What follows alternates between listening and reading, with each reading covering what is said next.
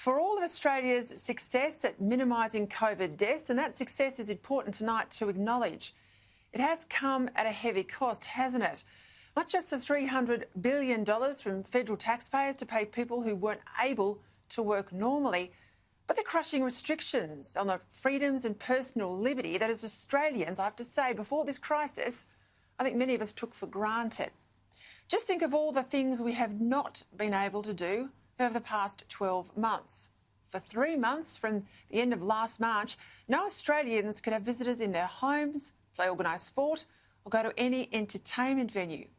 For an additional 4 months till last November, most Melburnians, we could only leave our home for about an hour a day, couldn't move more than 5 k's from home and suffered a nightly curfew that we didn't even have in wartime. For a whole year, no Australian's been able to leave the country without government permission, nor to return without going into virtual prison for a fortnight. And for most of the year, normal interstate business and travel has been disrupted or impossible. And for much of the year, visiting family and aged care facilities has been disrupted. And as many families have experienced, whether COVID-related or not, people have died alone. Now, I'm not saying all of this was wrong, just that there's been a massive price to pay in order to protect people from this virus. And as time's passed, the restrictions have been more to do with political advantage than any genuine health advice. Or should I say, consistent expert health advice, given so many of these state health bureaucrats aren't actual experts in epidemiology or virology, and the science, well, that seems to change state by state. Now, the border closures on the basis of a handful of cases elsewhere have cost the economy billions.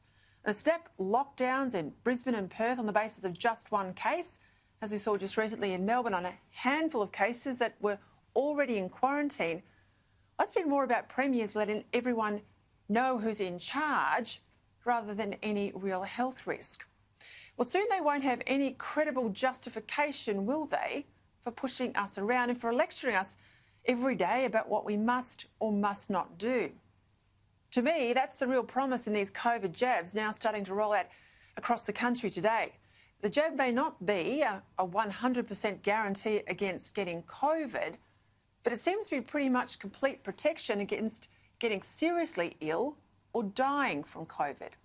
And once COVID can't kill us, well, the premiers can't get away with locking us up anymore either. We can get our freedoms back, we can get our democracy back, and we can get our lives back to some sort of normal other than trying it on with justifications for political rather than health purposes. Importantly, a vaccine also means there's no excuse for the Parliament not to sit normally again in Victoria, and the government will have to get laws passed in the normal way rather than governing by decree under emergency powers. For me, stripping away some of the extraordinary powers seized by Daniel Andrews last year is reason enough for me to get a jab. Elsewhere across the country, it should mean that all governments will have to justify what they do with evidence and with arguments rather than just brushing questions aside on the basis that they're following expert advice. Maybe, just maybe, governments will again have to focus on Australia's long-term challenges like dams being built and baseload power guaranteed, make it easier for businesses to open and people to be employed, rather than just prioritise everything with this virus over policy in the near to medium longer term. Surely it means we'll have some scrutiny that we are owed in a democracy. For me, a good sign of returning normality was actually the crowd booing at the tennis last night. People have a right to boo, don't they, when they cop a lecture at a sporting event. And with vaccinations on the way, rolling out in many countries around the world, it's now a time for optimism and hope for the future. The top of that list is the Victorian government. Without you, we could not have done this.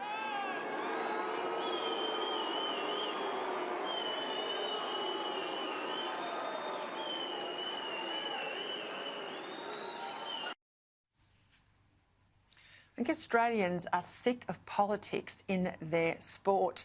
And as for thanking the Andrews government, what for? For compounding the worst year in most people's lives, for epic incompetence. I tell you, the public is smarter than that, smarter than many of the powerful types give them credit for.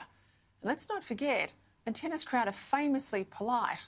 Could have been a hell of a lot worse. Imagine that sort of response at Bathurst. Now, I've got a real sense that up to this point, people have tried to do the right thing. They've been patient, but to be honest, they've now had enough.